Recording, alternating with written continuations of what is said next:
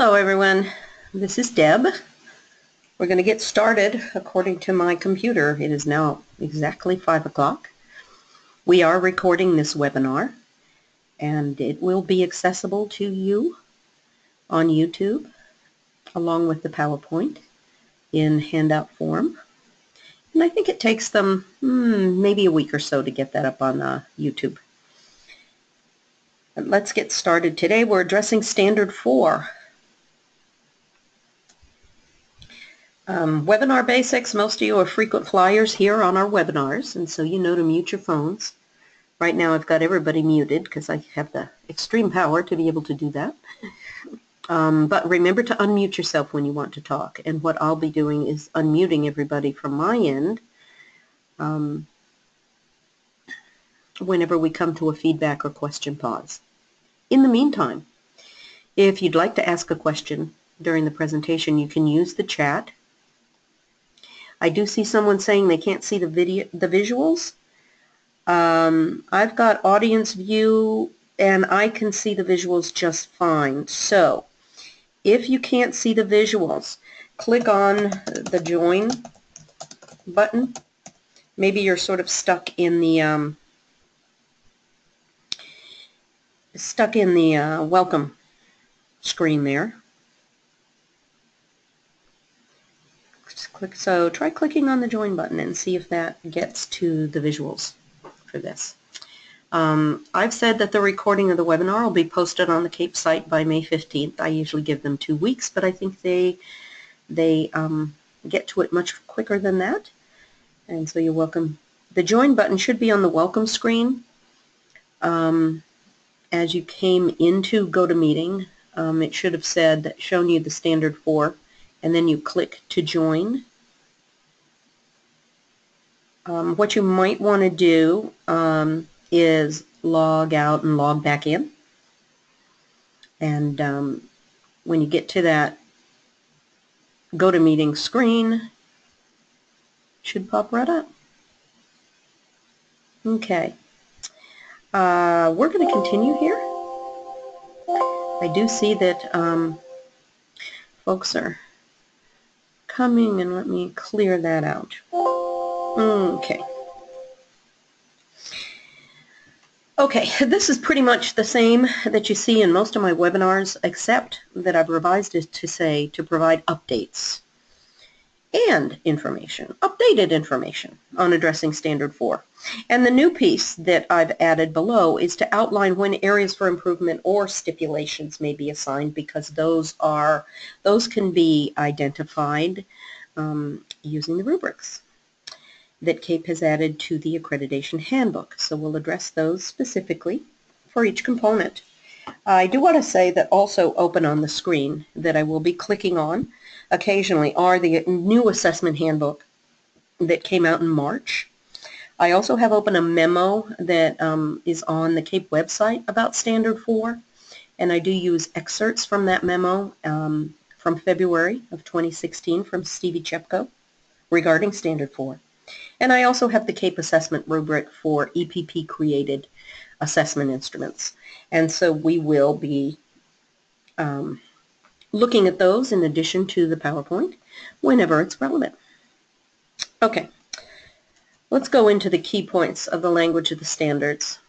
And I'm sure you're all somewhat familiar already with Standard 4. It's the program impact standard, and it's saying that you're going to demonstrate how your completers impact student learning and development, how they're effective teachers for classroom instruction, and how the completers and the schools are satisfied with the relevance and effectiveness of their preparation.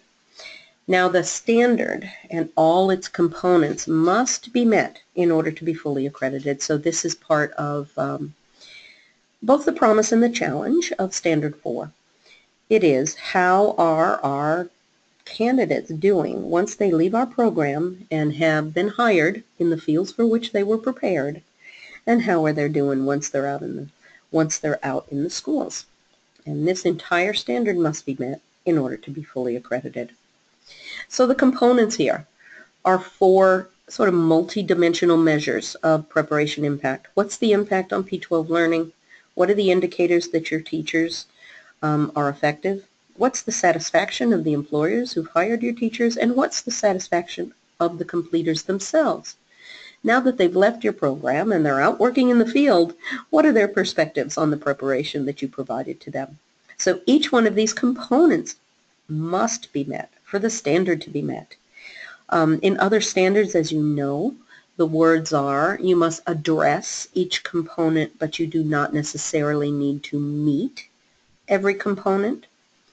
But in Standard 4, you need to meet every component. And as you also know, there are 3 other components identified by CAEP as being components that must be met in order for the standard to be met. And one of them is 3.2 on admissions criteria in Standard 3. And there are 2 components, 5.3 and 5.4 in Standard 5, that must be met for the standard to be met. Today we're talking primarily, exclusively, about Standard 4, but I do refer to something at the end of the PowerPoint presentation about the relationship of Standard 4 and its components to Component 5.4 in Standard 5 that also must be met. Okay, I've put up again the phase-in policy. This is the revised version that appears in the new accreditation handbook. And it talks about if your self-study is submitted in 2016, 17, 18, 19, 20, what must you provide for CAEP Standard 4? And for those of you coming up in 2016 or 2017, you can submit plans regarding program input.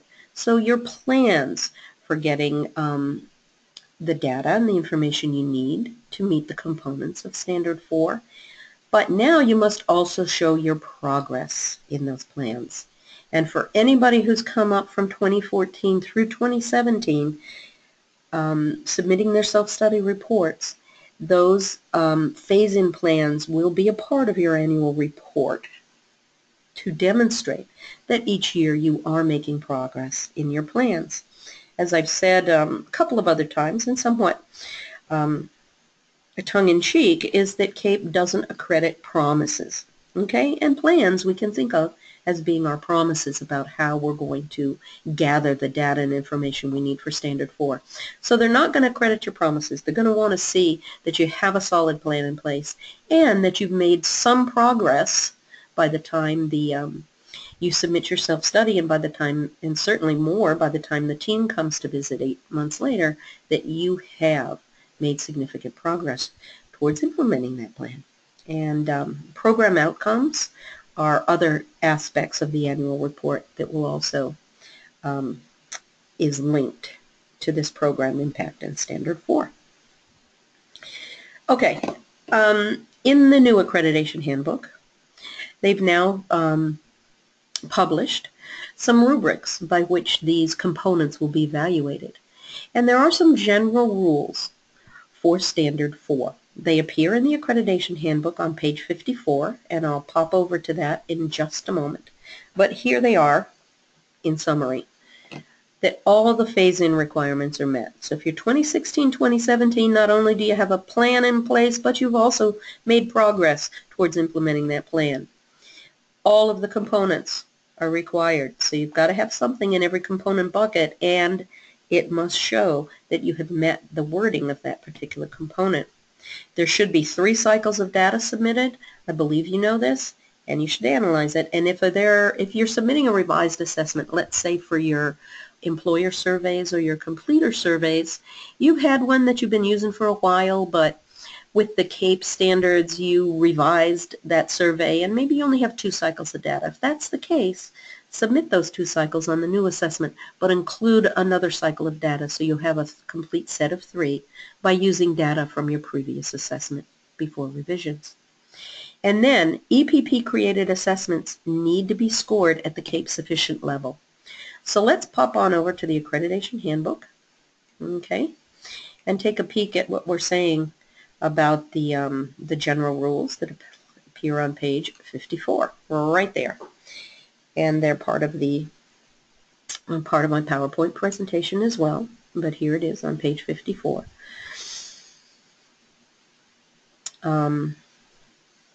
Remember that when you're submitting your data cycles, whether it's 3 or 2 or whatever, they need to be sequential, and they need to be the latest available.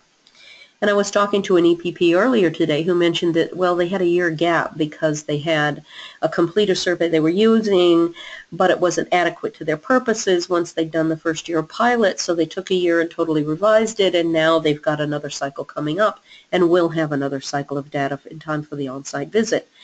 That's fine. Those are sequential administrations, and you can explain in your narrative why it is that there's a year gap, if perhaps that's your case as well. And let's go over now and look at that CAEP assessment rubric.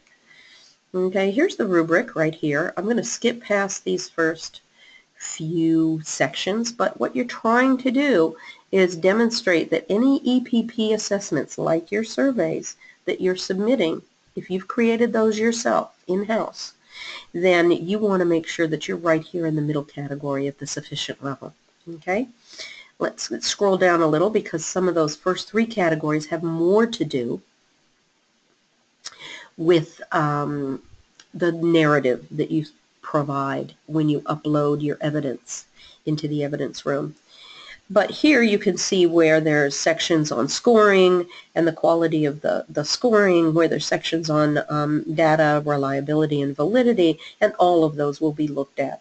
When the assessment is a survey, and that is most likely something that you would have here for Standard 4, is a completer or an employer survey, you should pay attention to this section right in here.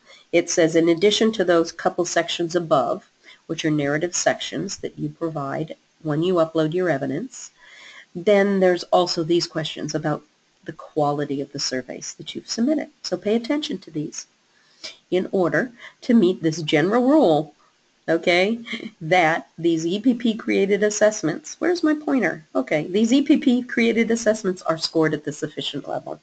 If not, you may find yourself with an AFI regarding your assessments and the quality of your assessments.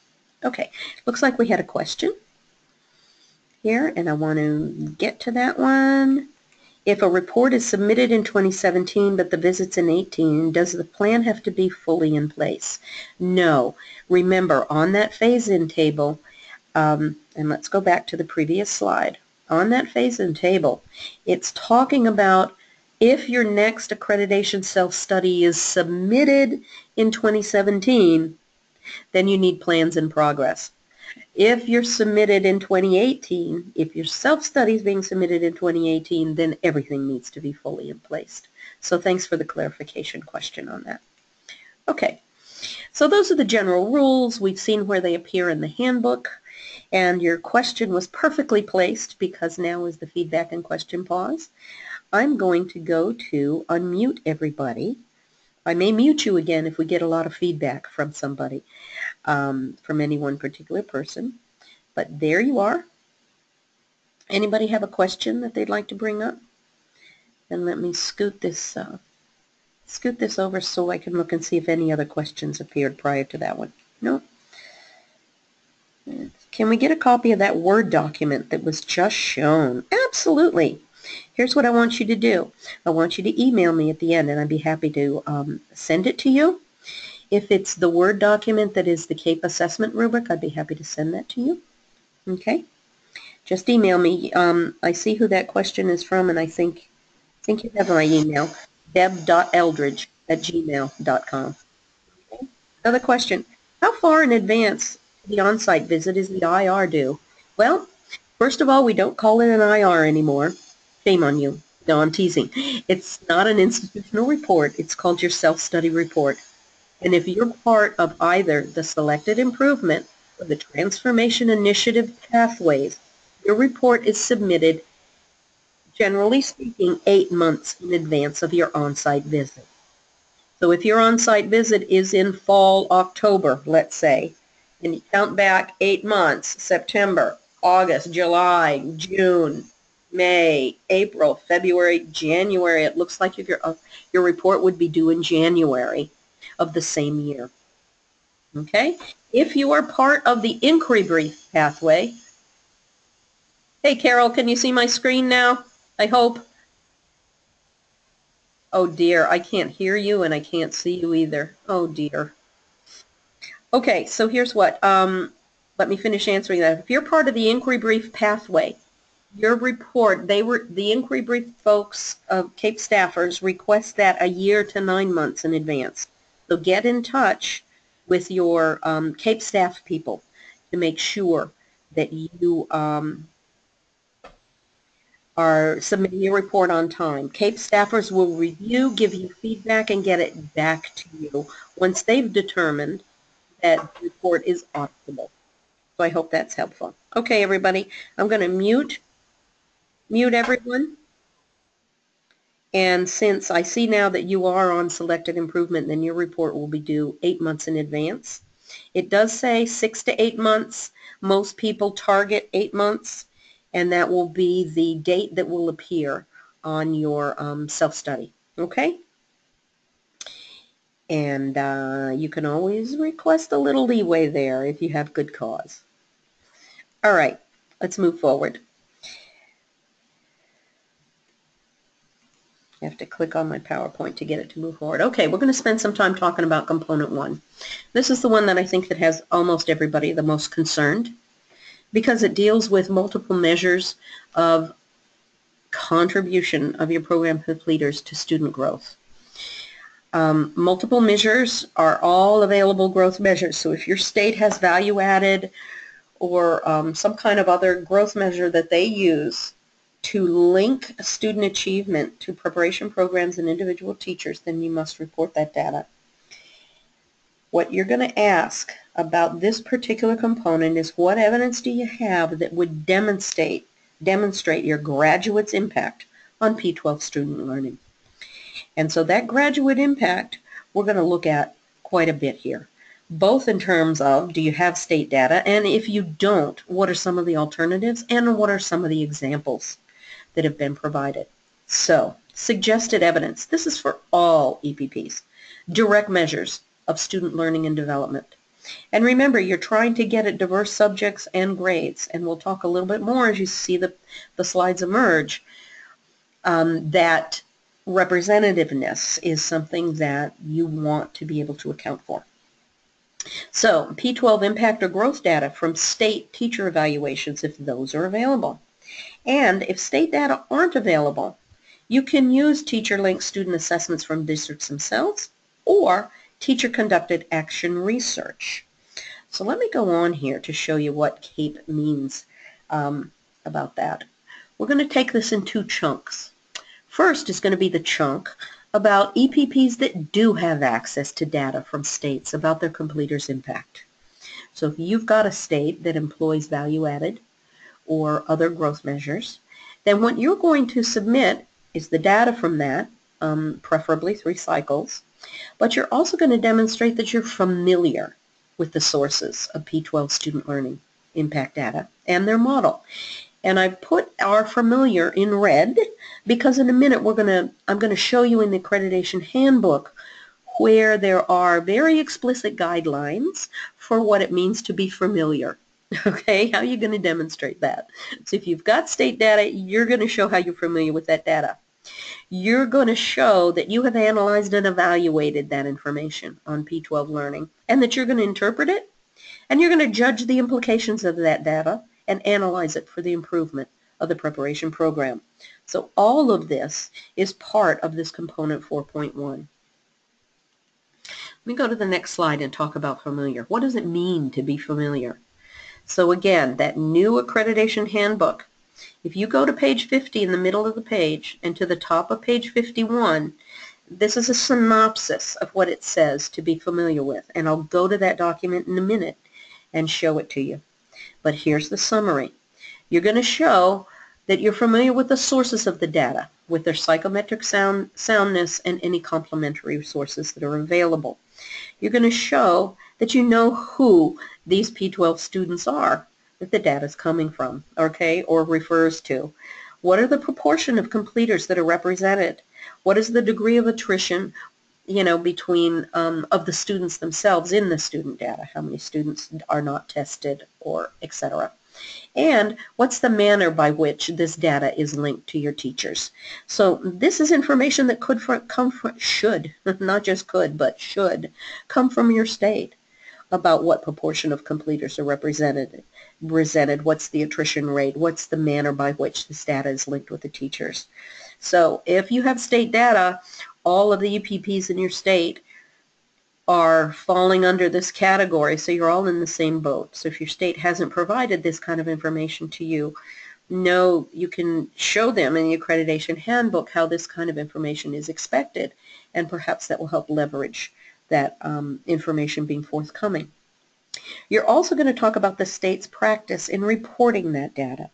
So at what level do they disaggregate it? What do they use to determine the minimum number of completers in order to report the data? What are the decisions they make as to the number of years of performance that is associated with an EPP? Do they go out 5 years and say, 5 years of impact, of completer impact is also linked back to the EPP? Or is it 2 years of impact? This varies state by state. What kind of disaggregated data is available for comparison? And do they disaggregate data for comparison of ELLs, students with special needs, student attendance, etc.? At one point here in New York City, when I was a dean at an institution, there was value-added data that was available if you requested it and bug them enough to make sure that you got it. And some of this information was available, but you had to be particularly attentive and request it in your data request. So for example, I found out after I got the value-added data on 600 of our completers going back as far as the 1970s in graduation dates, that there was also data available for how their achievement of ELL students particular to a teacher and the achievement of special education students particular to a teacher. I didn't request that information, so I didn't get that information. So I think that familiarity with what it is your state or district is doing in reporting that data is a very good idea, to become familiar with that and know what it is that you're requesting as well, because there are variations place to place. So what if you don't have access to state P12 student learning data? Well, what CAEP is saying is that you can create data that's similar to the state data, okay, if you work with school districts where some of your completers are employed. It's saying this type of EPP study could be phased in. Again, this would be part of your plan that you submit. In the absence of state data, you're submitting a plan, okay, that will be phased in over time. So let's say you start with a particular subset, or one school building where you have a lot of completers, or one school district where you have a partnership and you can get the data, and that you will be phasing in and scaling that up over time. That can be a part of your plan. By 2016, you should have a design in place and pilot data collection underway. So 1 year of data is needed for those folks in 2017, 2018. So the earlier question about having a plan in place and progress towards that plan, for those of you submitting your self-studies in 2017 for visits in 2018, know that you should have probably about a year of data at that time. They're encouraging EPP collaborations for those states that don't have data, and if you're clustered with a few other EPPs in a particular city or district, perhaps you can collaborate together on getting that information.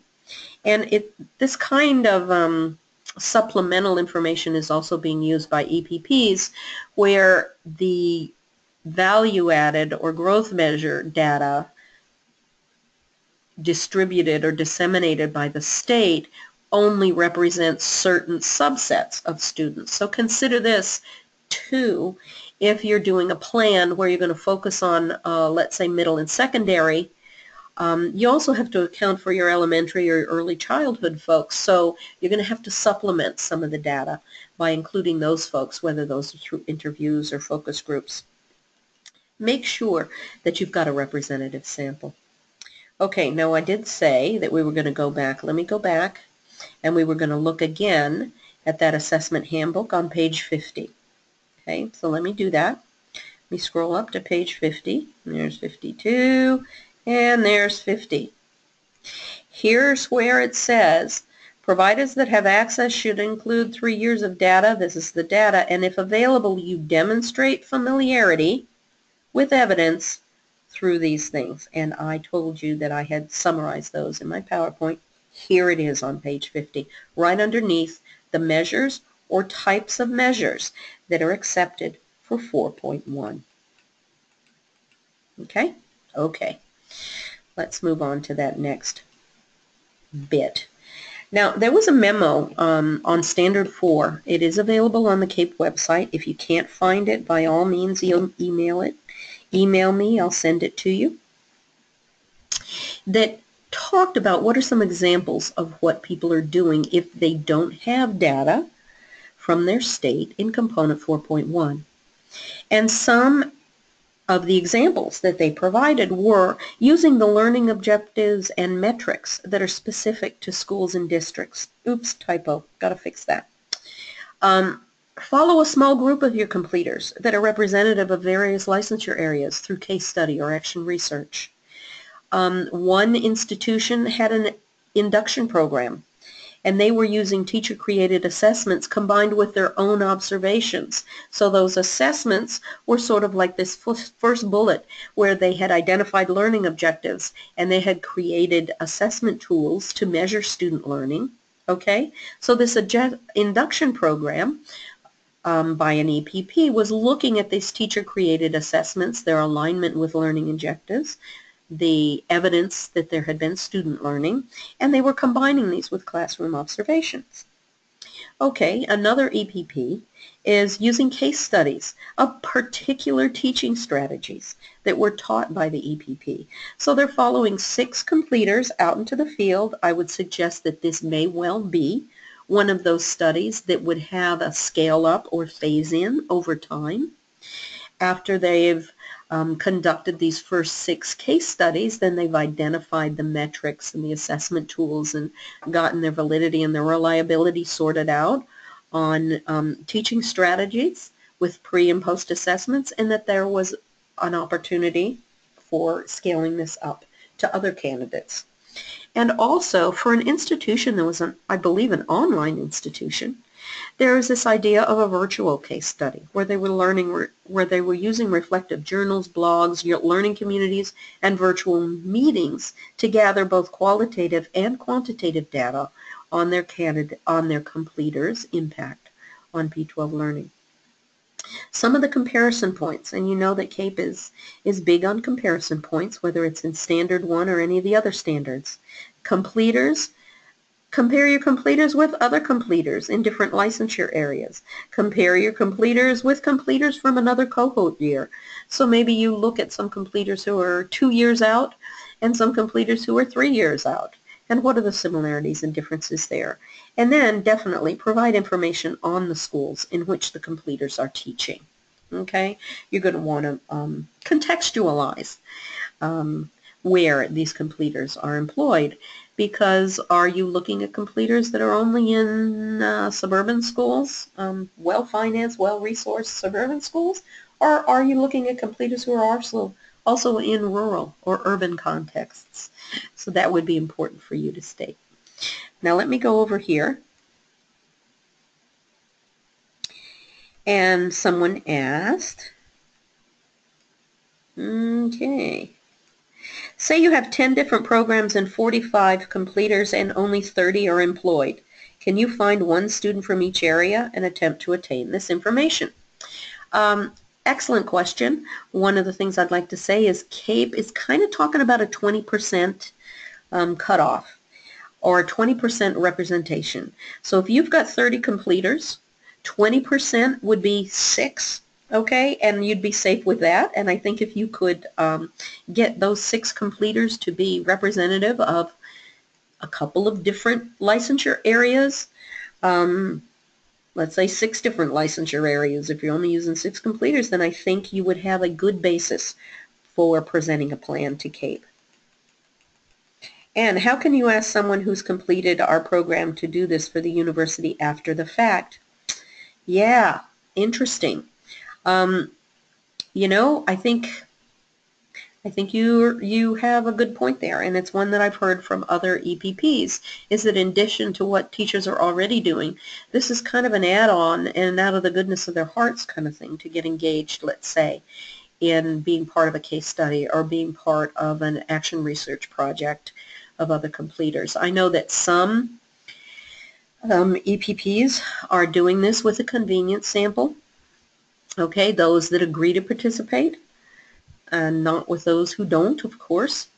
Some EPPs are doing this by targeting, well, I don't want to say targeting. It sounds like there's a bullet on their back, target on their back, bullseye on their back, who are accessing completers in schools where they're currently out observing student teachers, and they know that 2 or 3 of their graduates are, or even one of their graduates is currently employed in that school as a full-time teacher, and they're approaching that teacher because they're already out and about in those schools observing student teachers, and so they know that for the convenience of the faculty, they'd be around, and would that teacher be willing to participate?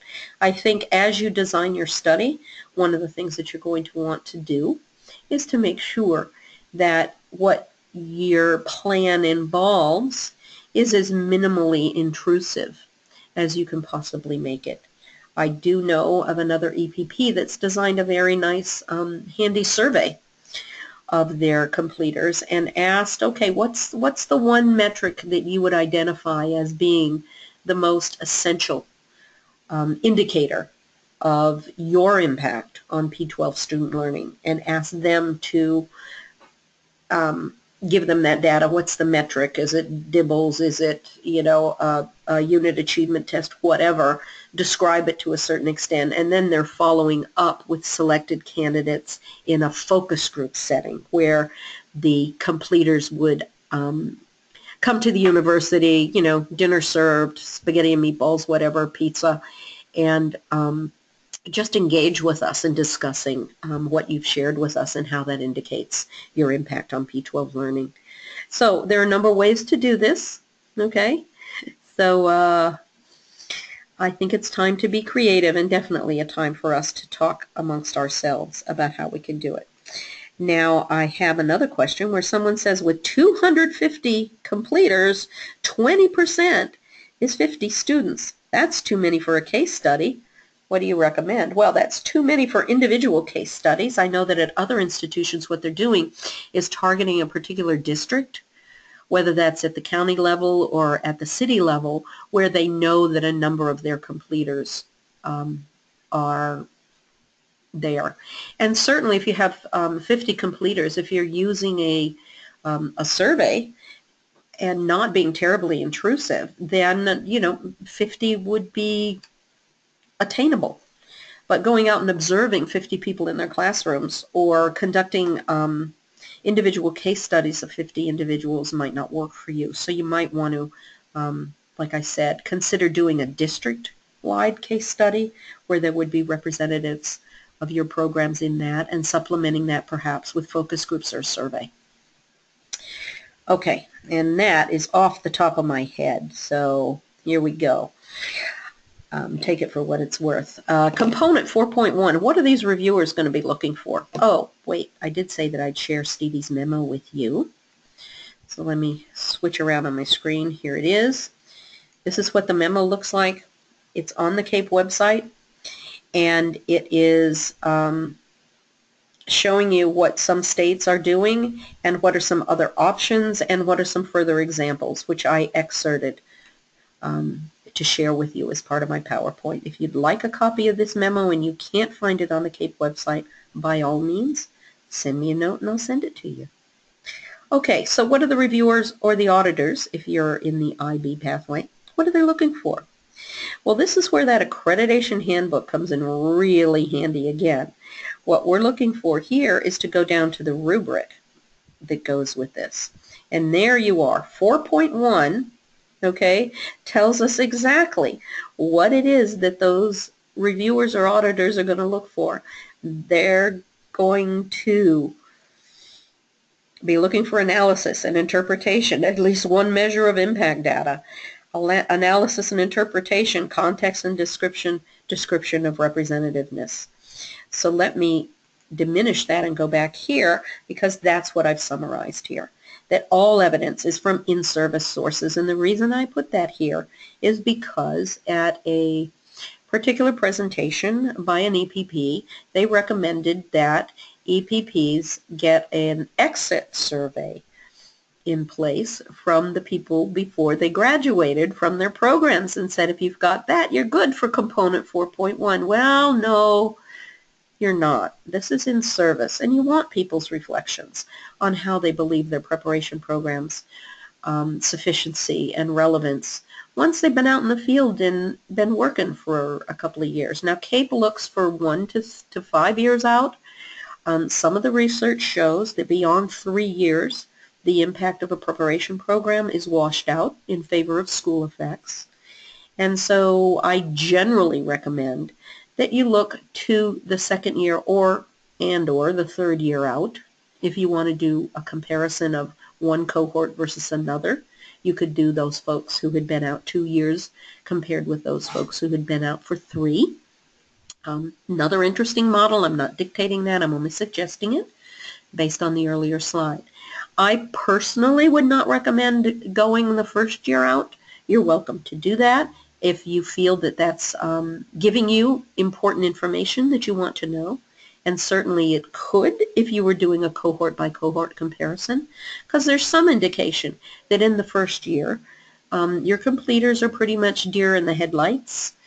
No matter how well prepared they are, it's a tough year, that first year of teaching, and so perhaps the reflections on the preparation program are not contextualized as well as they would be on the second or third year out. Okay, so they're in-service sources. You've got a plan, data collection for studies under 4.1 that address diverse subjects and grades, or you're making use of state BAM or growth data where it's available. And on the page 55, which I just showed you in the accreditation handbook, it says there's at least one measure of impact from a representative sample. And what I'm finding a lot right now in reading self-studies is that there's a lot of description in the holistic summary, okay, but not a lot of analysis and interpretation. So be sure when you upload your evidence for component 4.1, you also include an analysis and interpretation of that particular evidence source, that there's a description and context of the source of that data, and that you have described and explained the representativeness of the data set. Okay, this is all part of that rubric, so can't pay too much attention to those rubrics, for goodness sake. So let me just finish this. I do see there's some other questions on the chat room. When might an AFI or a stipulation be assigned? Well, I've gotten these straight off the rubric in the column that says not sufficient. Okay? So if you have no data, limited data, or your data is inappropriate to component 4.1, you're going to get probably an AFI on that. If your analysis and interpretation is incomplete, or if it's superficial, or it's really not supported by the data, another opportunity for an AFI. If there's no context or description of the source of the data, or if it's inappropriate, another opportunity for an AFI or stipulation, and if any of the general rules or all of the general rules are violated. So for example, if the instrument that you're using is not evaluated at the sufficient level by CAEP, which is one of the general rules, then it could be an AFI or a stipulation. Now, I don't know if people are familiar with what an area for improvement, AFI, or stipulation, what the differences are. You can find a complete discussion of that in one of the appendices of the new accreditation handbook. But briefly, an area for improvement is, for the purposes of this webinar, let me call it a weakness that you will address in your annual reports throughout the 7 years of the accreditation cycle, so that CAEP expects that an area for improvement will have been improved by the next time of the accreditation visit. A stipulation is a weakness on steroids, if you will. It's of sufficient, well, it's substantive enough that it really calls into question the data and your ability to actually meet this particular component or standard. So if you get a stipulation, you need to pay close attention, because stipulations have to be addressed within 2 years. Now, stipulations can lead to an unmet standard. They do not necessarily have to lead to an unmet standard, but if you get a stipulation in one or more of the components of Standard 4, you can look forward to Standard 4 being unmet. Okay? Okay. I know there might be questions, so let me tug on this little screen that's going to probably gray out some of your stuff over there. And a couple of questions here. What is the limit of the number of years of teaching experience a completer has? And I think I addressed that when I said go out 2 years or 3 years. You can go out, 1, 2, 3, 4, or 5 years. As I said, there's some evidence in the research literature that beyond 3 years, the preparation effects are washed out in favor of school effects. So if you really want to get your candidates targeted feedback on the preparation program, get it between 1 and 3 years. I also said that first year can be their perspective on their teacher preparation program could be overshadowed by their perspective on their first year of teaching. And so perhaps the second and third years might be that sweet spot for getting completer feedback. Another question was about, is Standard 4 similar for advanced programs? Well, those standards for advanced programs have been out for feedback now. I believe they're going to be brought before the board in June for board determination about the standards and the guidelines for meeting those standards. Right now, I believe that Standard 4 for advanced programs states not impact on student learning, but impact on student learning environments. And if there is, it's unlikely that many states would have that kind of data. There may be some that do for advanced programs like your building leaders or your superintendents or your reading specialists. If they do have that kind of data, then wonderful, you can use it. If they don't, I think you're looking at some of the examples that were shared earlier in terms of doing case studies, surveys, completer focus groups, that kind of thing. Okay, and that's it for the chat questions. Let me unmute everybody. Anybody have any questions?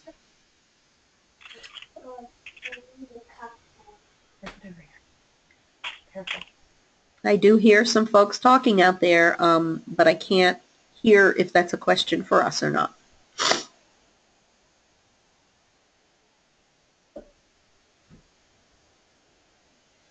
Okay, I'm going to assume that we're all good.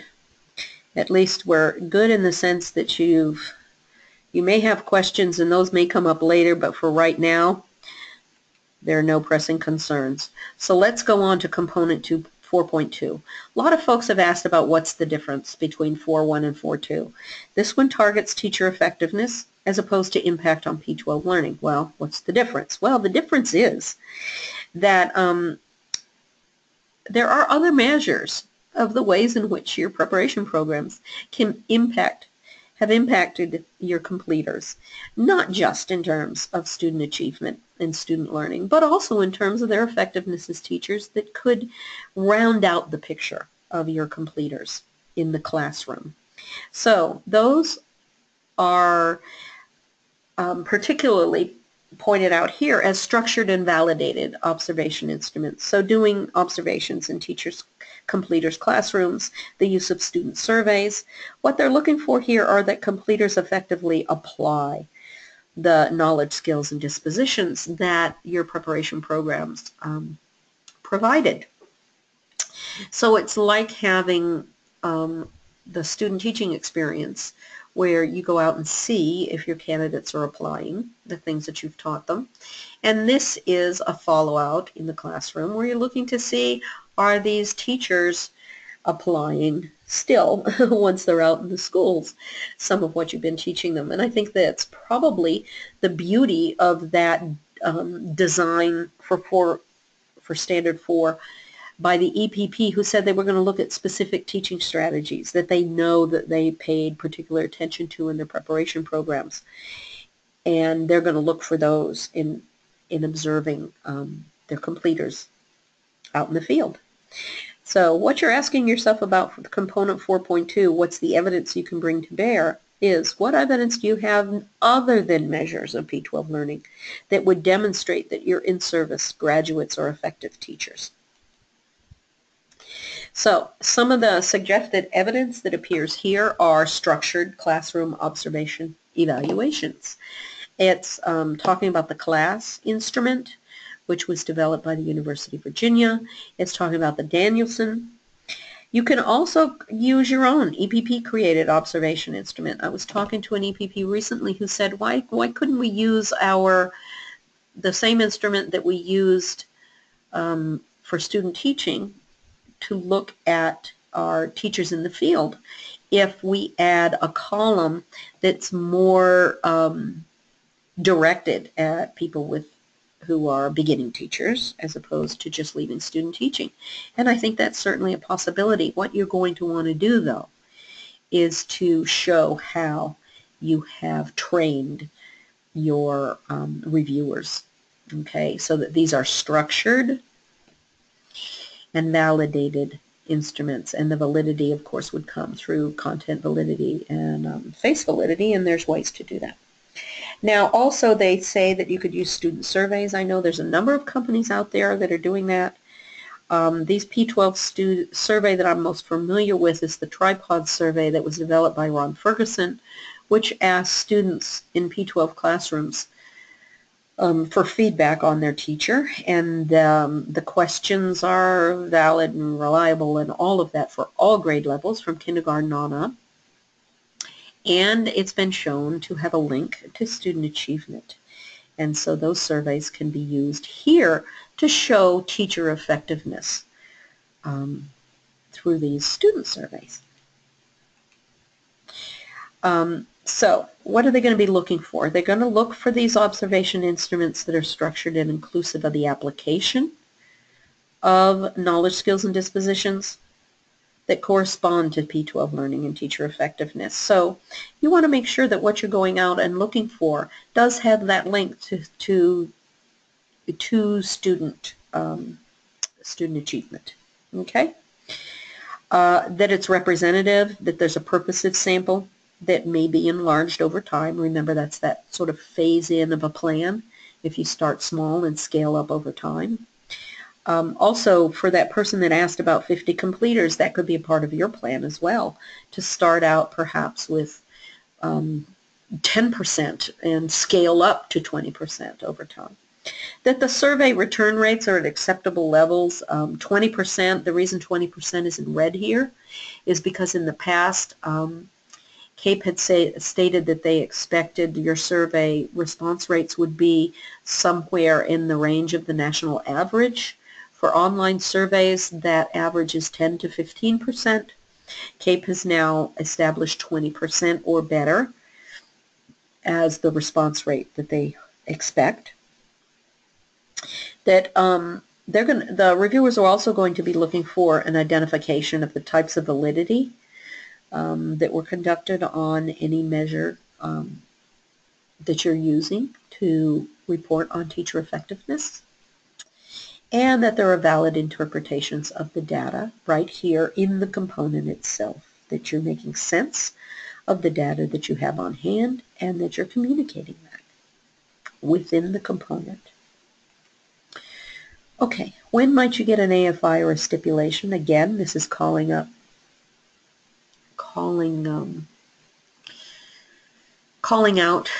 the aspects of the evaluation rubric for component 4.2 that's in the accreditation handbook.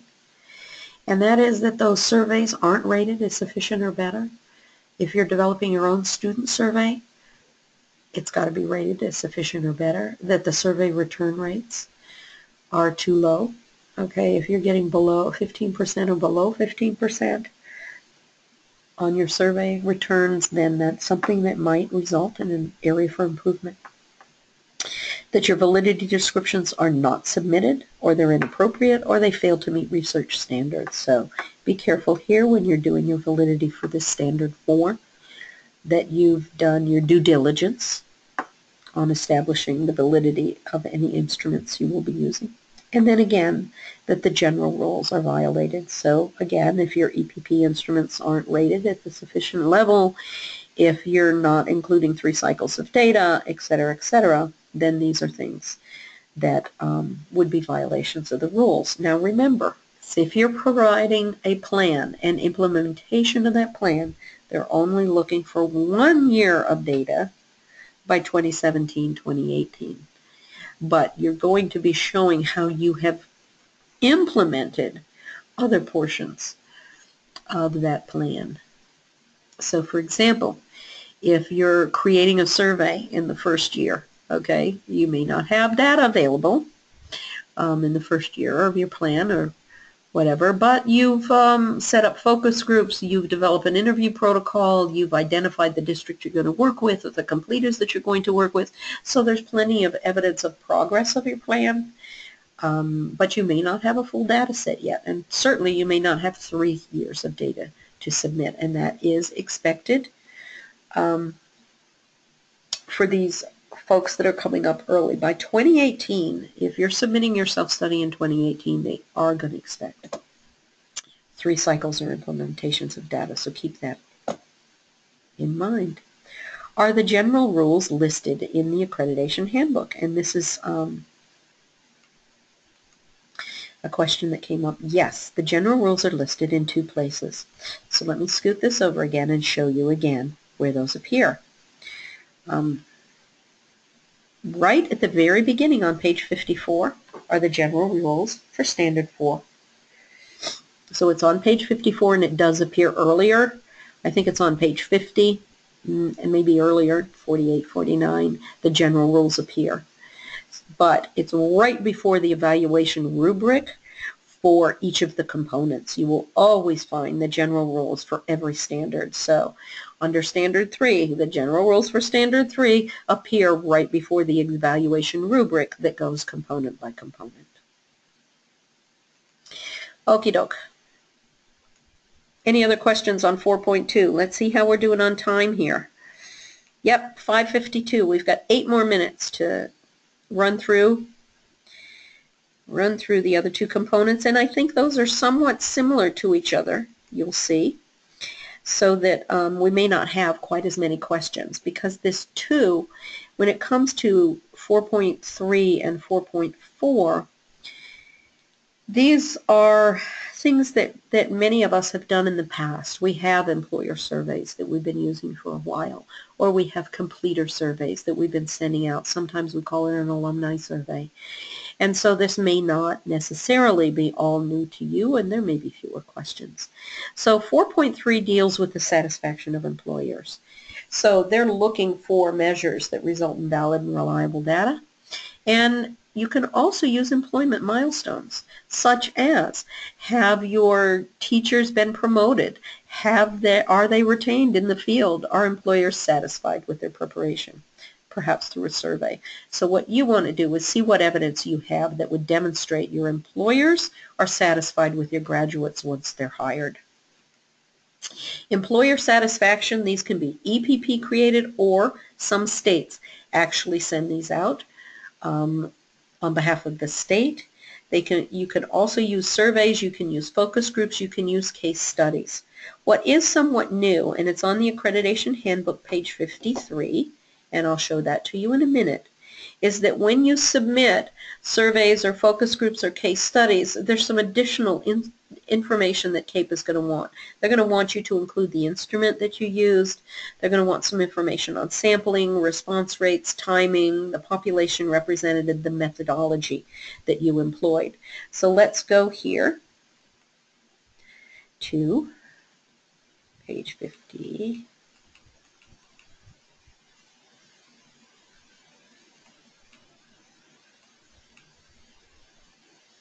There you go, 4.3. Provide a document and what the documentation should include. And you can see a description of the system, adequate response rate, the representativeness, data specific to high-need schools, licensure areas, comparison points, and that you have analyzed and interpreted this. So these are all under the rubric for evaluation of the components, and you can double check there. 3 cycles of data on employment milestones, promotion, their employment trajectory, were they a classroom teacher for 3 years and then became perhaps a department chair if they're in secondary, or perhaps a literacy coach for other teachers, or the professional development coordinator, that kind of thing that shows that they were so effective that they were also tapped for leadership roles. Are they employed in high-need schools? And if their retention, if you're using retention to demonstrate teacher effectiveness, it could be in either the position for which they were initially hired, or if they have a different role with the same or a different employer. So again, it could be part of that employment trajectory. Look, they've been at this school now for 3 years or more. You could even gather data on people up to 5 years or more out. Look, our teachers on average are retained in the schools for 4 or more years, etc., etc. So this is good. Next, what are the reviewers going to look for? Well, they're going to look to see that any survey that you've created is at that sufficient level. That if there's any EPP created or state conducted survey, that there's representation. What are the characteristics of the response of the respondents, and what's the response rate? That you're going to disaggregate that data specific to high-need schools and licensure areas.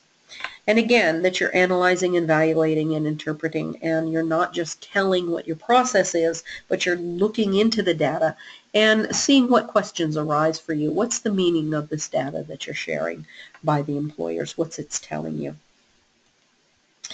Okay, let me go next. When might you get an AFI or a stipulation if you don't have a system for gathering employer satisfaction, if that system is inadequate in some way, or, again, there's a violation of the general rules for Standard 4.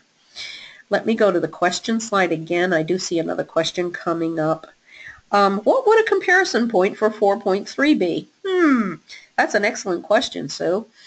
Perhaps your comparison point would be the differences among licensure areas, like overall, what's your EPP average in terms of teacher effectiveness, and can you compare, we mentioned this earlier, a cohort to cohort, like folks 2 years out versus 3 years out, folks from science versus folks from elementary, versus your EPP average. So think through what you would want your comparison point to be there, and what would be the most helpful to you as an EPP.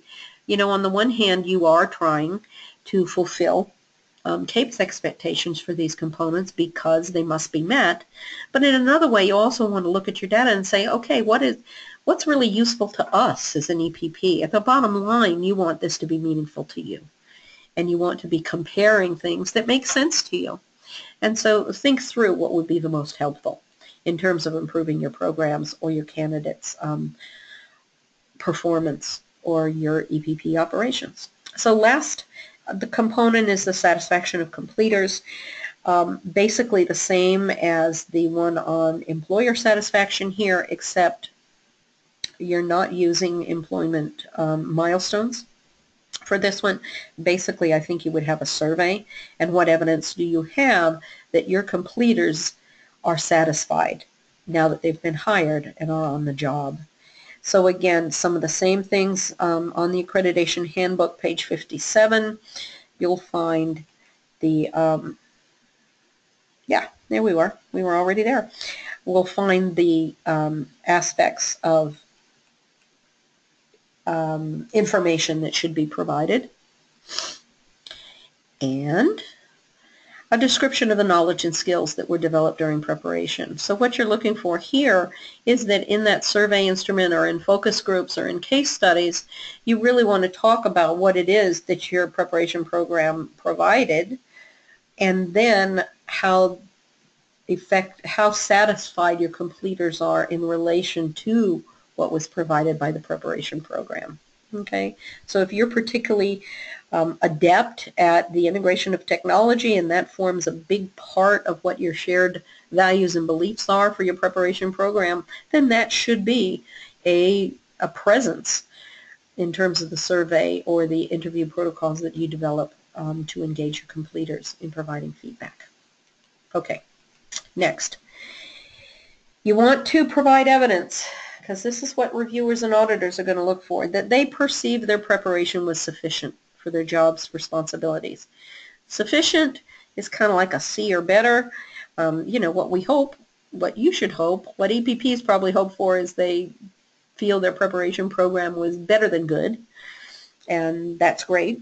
But remember, we're not exactly trying to prove how perfect we are, but rather to show that we are using data that we have in the program, even if some of it might not be perfect, to improve our programs and our candidates' performance. So recently I had reason to look at a completer survey from an institution where completers were demonstrating to a large degree that they did not feel sufficiently prepared in areas that will come as no surprise to you, I suspect, of classroom management and teaching to diverse learners. Okay, and yet their summary statement said, you know, all of our, 75% of our completers agreed that they were satisfied or very satisfied with their preparation programs. And so you can ignore the 25% that said, hey, wait, there are a few things here that I wish I'd gotten more training on. Or you can address a question to your data that says, wait, and 25% of our completers, believed that they needed more preparation in teaching to diverse learners and classroom management, and here's how we're going about investigating more specifically why they didn't feel prepared and what we can do about it as a program in our EPP. Okay? You want to do an appropriate analysis and interpretation of these results.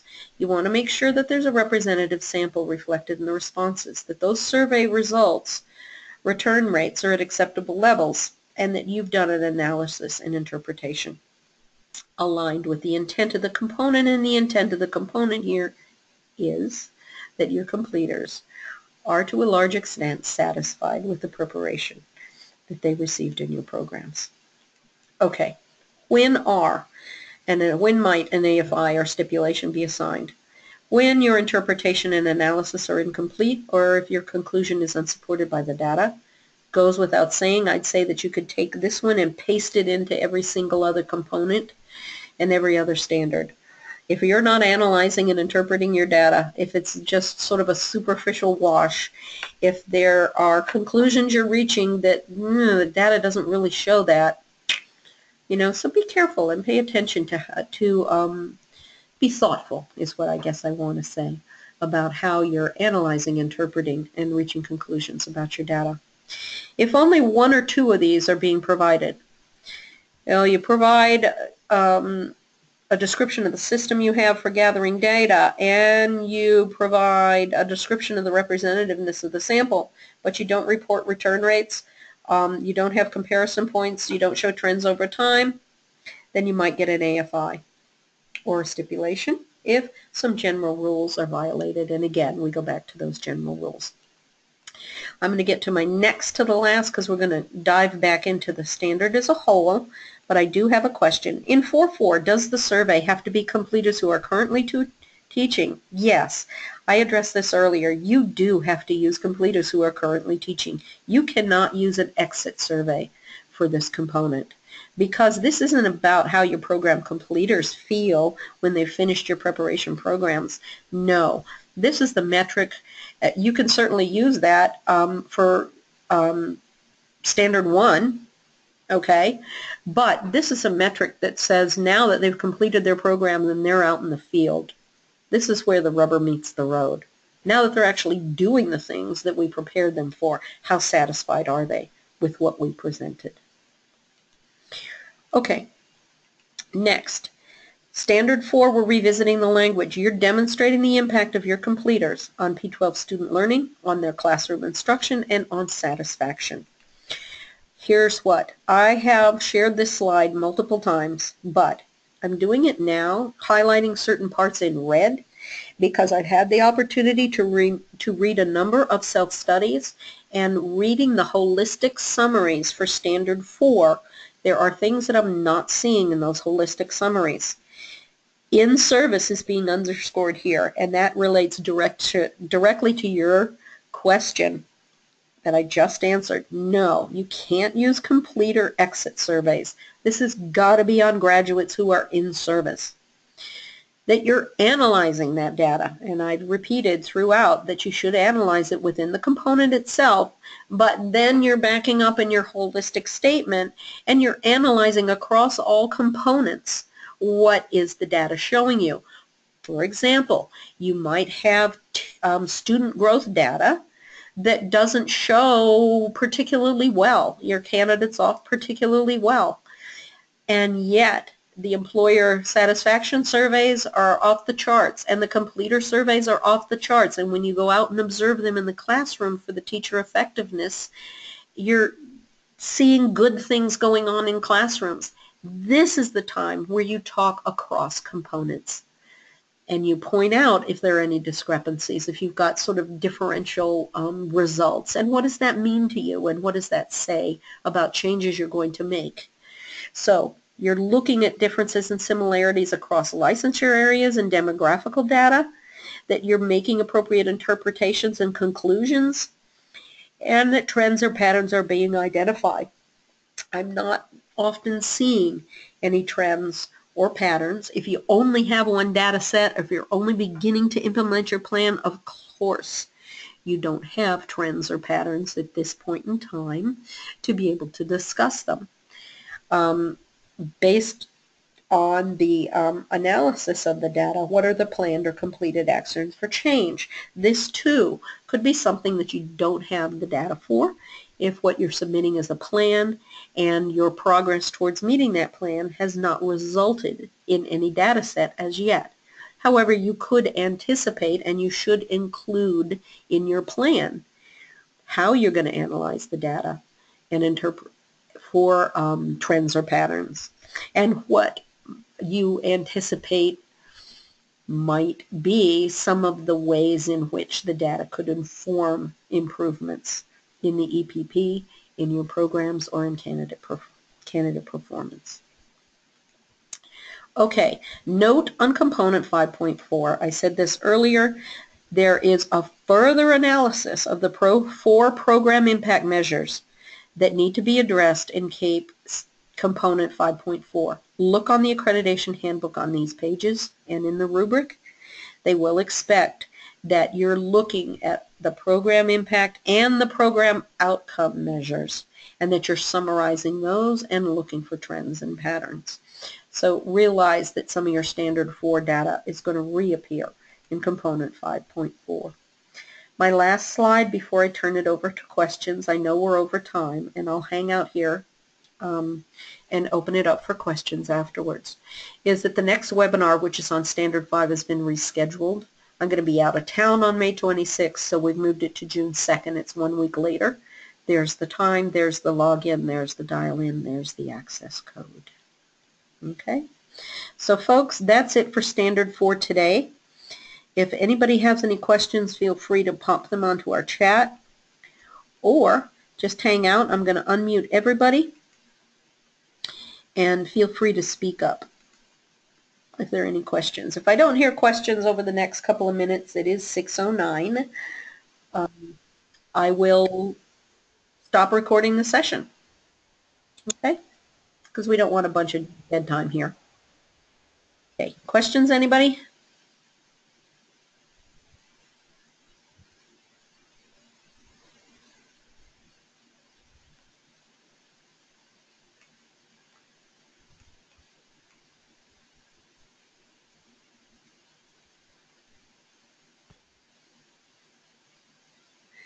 There is a question here that says, unless state departments assist with where our candidates are employed, it will be difficult to do longitudinal research on candidates that have graduated 2 to 3 years out.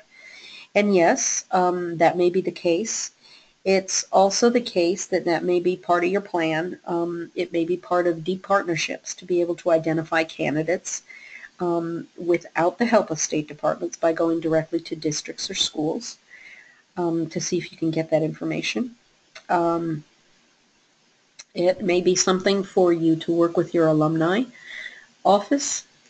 We found in one EPP, for example, that they had no idea that their alumni office had as much information on their graduates as they did have.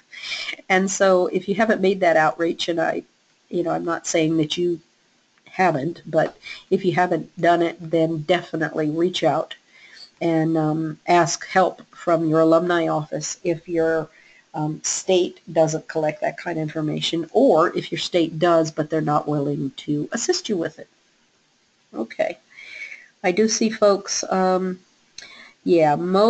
alumni offices won't share information because of confidentiality laws. Oh, goodness, yes, there's always that. Many of the alumni offices that I've worked with have been willing to share email addresses. One thing that an EPP decided to do was set up a Facebook page, and to make sure that all their graduates this year, and at least they're thinking forward, it's a part of their standard 4 plan, is to set up this Facebook page and have everybody like them on Facebook so that they can keep in touch that way and could put in a survey link or whatever. So I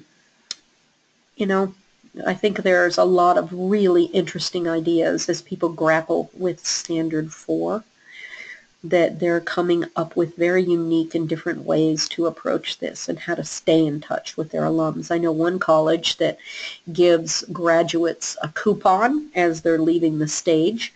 It isn't in getting their diploma. They also get a coupon with their diploma that entitles them to a free picture of their graduation and diploma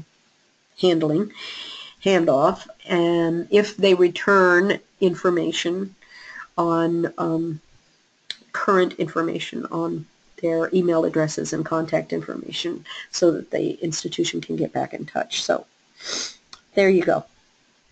We're all innovating here.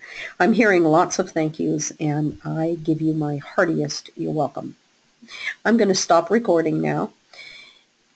And if some of you would like to hang out and ask questions